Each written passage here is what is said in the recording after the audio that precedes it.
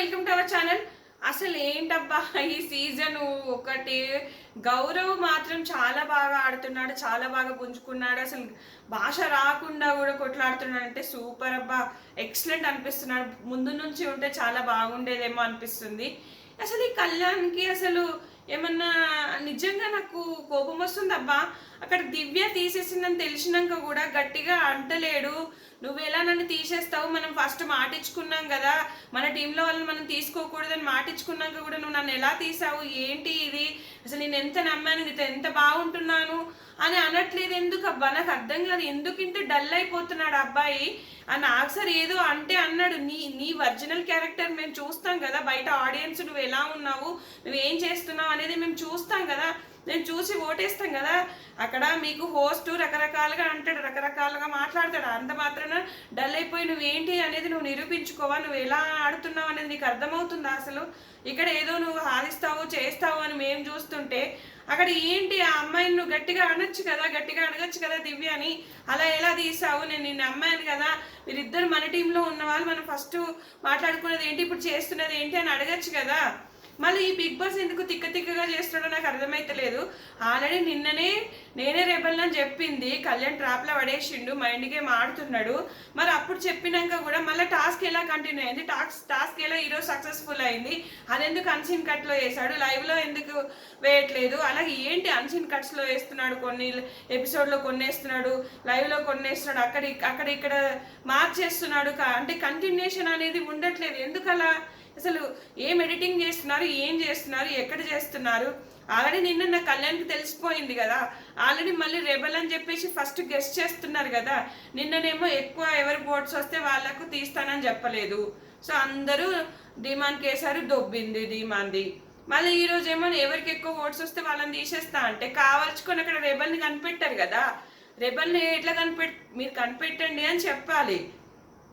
So ఇంకా rebel ఎవరు అంటే టార్గెట్ పెట్టుకొని రెబల్ అని తెలిసినా కూడా వాళ్ళ పేరు చెప్పకుండా వేరే పేరు చెప్తున్నారు.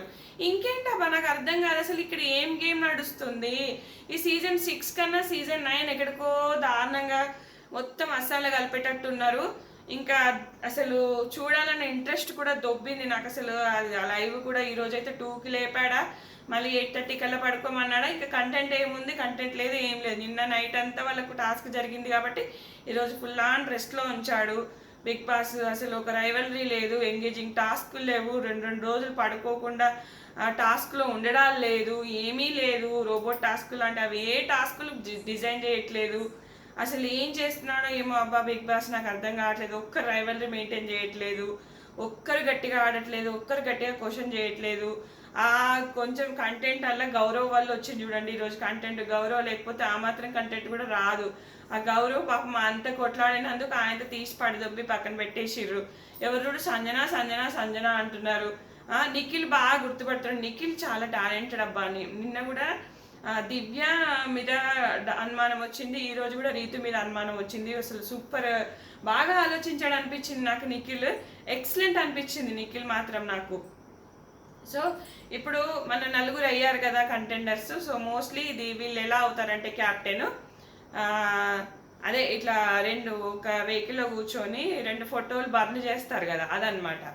అంటే నచ్చిన వాళ్ళని బర్న్ చేయాలి, నచ్చిన వాళ్ళని ఉంచాలి. మోస్ట్లీ తనుజాకే ఎక్కువ ఓటింగ్ ఉంటుంది, తనుజనే కెప్టెన్ అవుతుంది.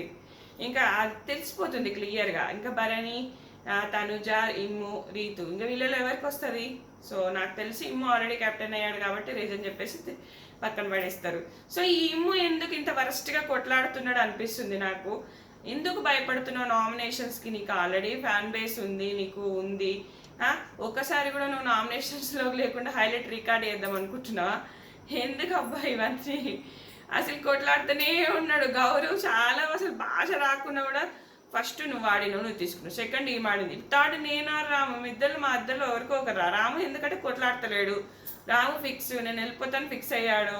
సో ఇంకా వెళ్ళిపోతా, నేను ఉండను, ఆయనకి ఇంకా నచ్చుతలేదు. ఎన్ని రోజులు ఉన్నా ఇదే, ఎలాగో టాప్ 5కి ఎలాగో వెళ్ళను, అదొకటి తెలిసిపోయింది అనుకుంటా. కానీ ఎంతో కొంతవరకు నిరూపించుకుంటే బాగుంటుంది కదా అది. సో అందరికీ ఫోన్స్ వస్తున్నాయి, ఇప్పుడు సాయిని వెళ్ళిపోయినావు అని చెప్తున్నారు, అలాగే నువ్వు కళ్యాణ్ వెళ్ళిపోతున్నావు అని చెప్తున్నారు.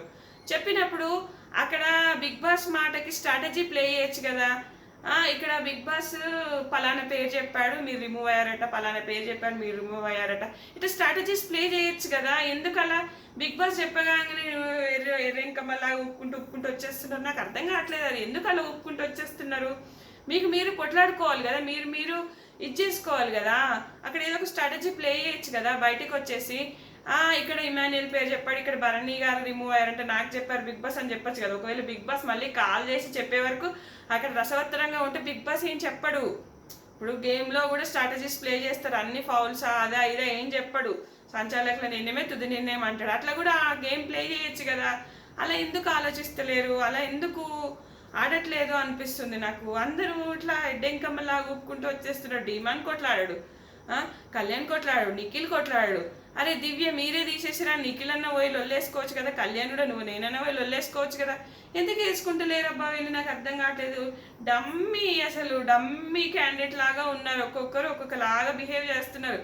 ఎవరికి నేను ఆడాలి, నేను గెలవాలని టాప్ 5 ఉంటే చాలు.